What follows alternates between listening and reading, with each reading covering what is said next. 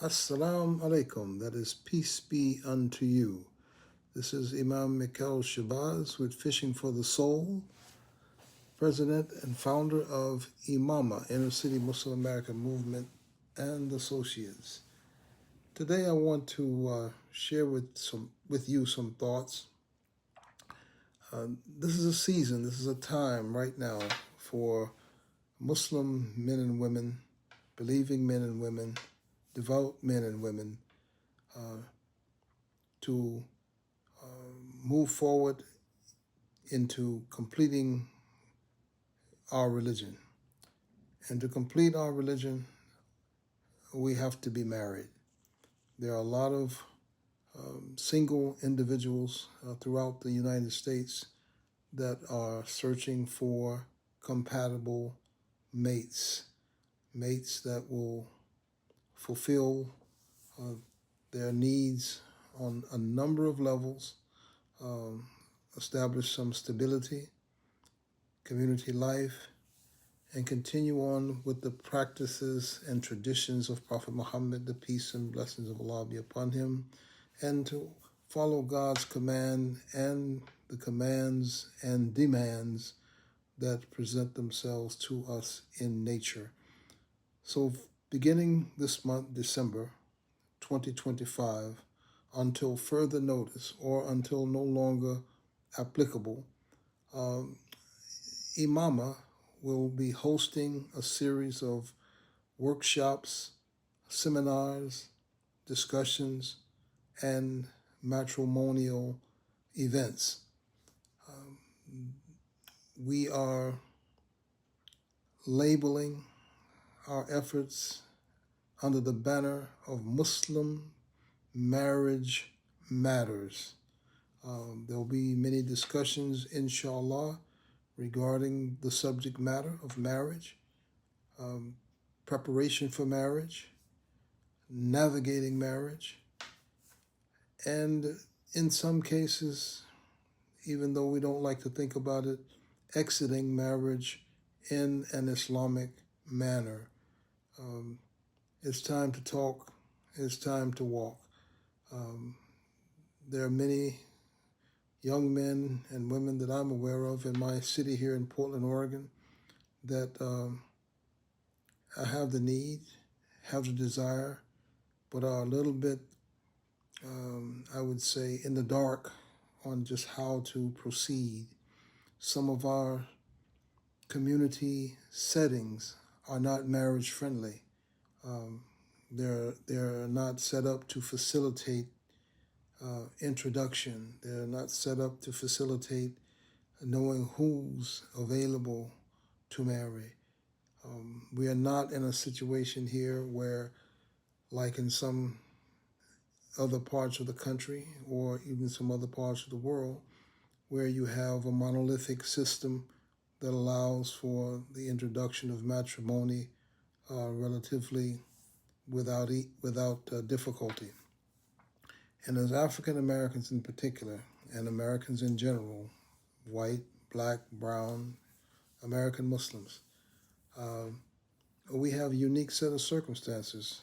Many of our constituents across the country are from families that are not entirely Islamically structured, i.e., we come from a Christian background, some come from atheist backgrounds, some come from a number of other types of backgrounds that are jettisoned or given up in order to participate fully in Islamic life. Not that we are cut off from those backgrounds where our people, where the good is, if there's good, then, but at the same time, there are certain factors that a holistic culture would present to make the process of matrimony a lot easier. Let's say, for instance, if you were part of the Somali community, very big community here in Portland, throughout the United States, and the Somalis have a network of social chains, if you will, social opportunities, familiar opportunities, linguistic opportunities, culturally specific opportunities they can plug into.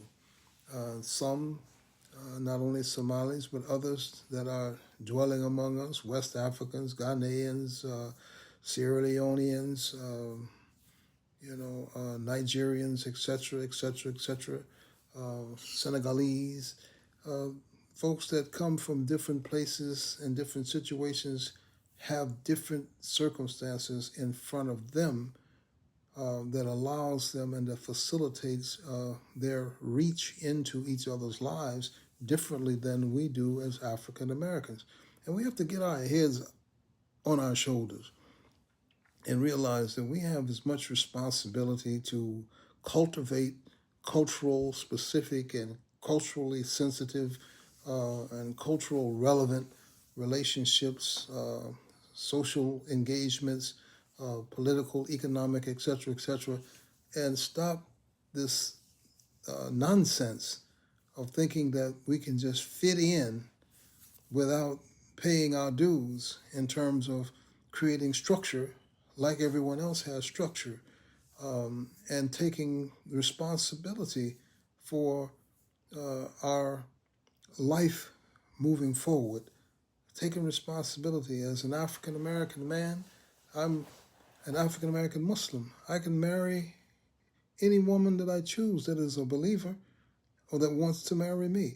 But I have a loyalty and a specificity, and I would say a pecking order that I have established for myself that I chose twice in my life to marry African American women. Why? We have a social chain. We have a shared common experiences. We have familiarity in terms of our culture, our politics, our etc., etc.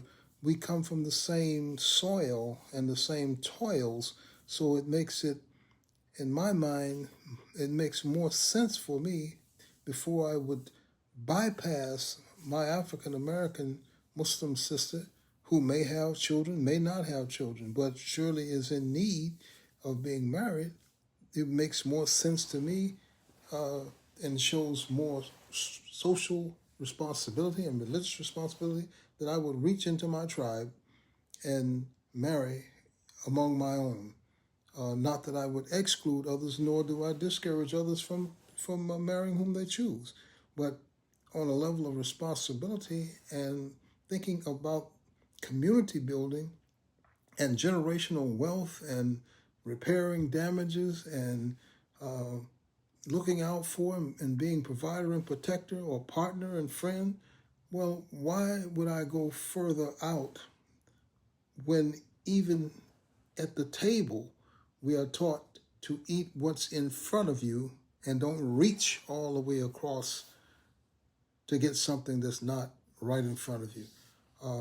And charity, marriage is definitely not a charity, but charity, it has charitable aspects to it now, but charity begins at home and spreads abroad. Good sense begins at home and spreads abroad. Good finances begins at home and spreads abroad. Good social relationships begins at home and spreads abroad. So my point here is this: African American brothers, Muslim brothers, how about we have some discussions on what it is that gives us pause when we look at and think about marriage, that would cause us to look away from or around our counterparts that come from the same order as our mothers and sisters, that we look around and avoid contact in those areas. What are we seeking when we look to others? Now, if it's just a coincidence, love, righteousness, etc., availability, fine. But if that is a condition that is in your mind that makes you think, well, I don't want to be bothered, or et cetera, whatever the case may be. We need to talk about that. We need to talk about that and talk about where are women who we, in the world's eye, should be providing for, protecting, and partnering with, et cetera, et cetera. We look like, well, I'm not going to go too far, but it's not a good picture. I'll put it that way. It's not a good picture when we have in our minds ideas, and I'm talking about Muslim to Muslim, because I also think we need to have a conversation about when we have available Muslim women, when we see no obligation on our part to address their needs, comforts, and movement forward, and we go outside of the religion, even though we are allowed to do so in certain instances. This need to be clarified. Muslims can marry, Muslim men can marry Christian or Jewish women believers, monotheistic believers. We can do that. However, according to the Quran, our Muslim women are restricted to us. They can only marry Muslim men. So if you're African American Muslim or American, white American Muslim or et cetera, if your Muslim sister can only marry you, doesn't it look like you have abandoned her in an hour of need when you go outside of the religion to find someone to marry and leave her standing, struggling on her own with herself or with children or whatever the case may be? So I'm just saying we should have a conversation. I'm not trying to make a judgment call on anybody's situation. I don't have a right to do that. But I think we need to have a conversation based on conversations that I have heard, And I think that it would be best that we take the Quran and have this conversation and use the Quran as the foundation for our conversation when it comes to marriage in general, our responsibilities as males in society, talk about relationships and some of the things that we may be bumping up against that society is placing on us, both male and female, that cause us to avoid each other or avoid marriage altogether out of fear. And Allah tells us to not fear for want or fear that we can't be successful. Put our trust in Him. So I would like to invite you to follow Imam Shabazz at Imama, Inner City Muslim American Movement and Associates. I will be, inshallah, God willing, speaking to this matter through the various forms of social media, Facebook, TikTok, Instagram. I'm familiar with and have access to all of them. And I will also be doing, inshallah, structured seminars. There will be a cost to those seminars. You don't work a mule without feeding them some hay.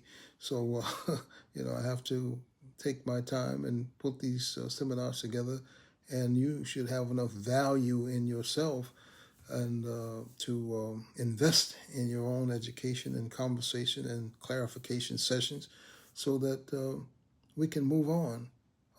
I move around the community here in Portland, Oregon, really across the country. I'm very,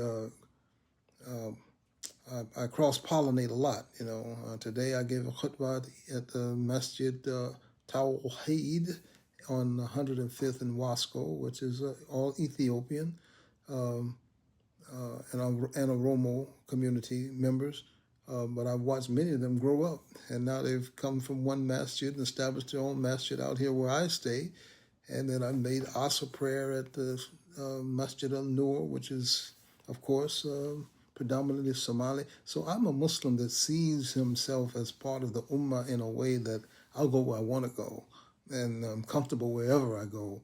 If they're praying and saying the right things in terms of the deen, then I'm there. I don't feel like I need a special invitation or have to explain my presence in any way, shape, or form. I go where I want to go, and as an Oregon citizen, that gives me rights and responsibilities from border to border, and as a citizen of the United States, that gives me rights and responsibilities border to border. And as a global citizen in the Ummah of Muhammad, the Prophet Sallallahu Alaihi Wasallam, that gives me rights and responsibilities universally. So, inshallah, God willing, look forward to future conversations. And soon a date and advertisement will be forthcoming regarding the upcoming beginning of the seminar series on Muslim Marriage Matters. That's what it's called, Muslim Marriage Matters. And we will have discussions A to Z, and you will also be able to set up individual and private sessions with Imam Shabazz. I've got a long history. I've got quite a history of conducting nikahs, marriages, prenuptial agreements, etc., etc. So the mechanical parts of it, I have it down pretty good. The advice from the Quran is everlasting and eternal, so it is there and there to be had. So inshallah, I'm going to end my introduction talk at this point. And if you want further information, you can contact me at contactimama@gmail.com. That's contactimama@gmail.com. CONTACTIMAMA@gmail.com. This is Imam Shabazz saying to you, Assalamu alaikum wa rahmatullahi wa barakatuh. Peace and blessings, and may Allah bless our marriages that are in existence, bless our marriages that are to come, and repair our marriages that may be falling apart. Assalamu alaikum wa rahmatullahi wa barakatuh.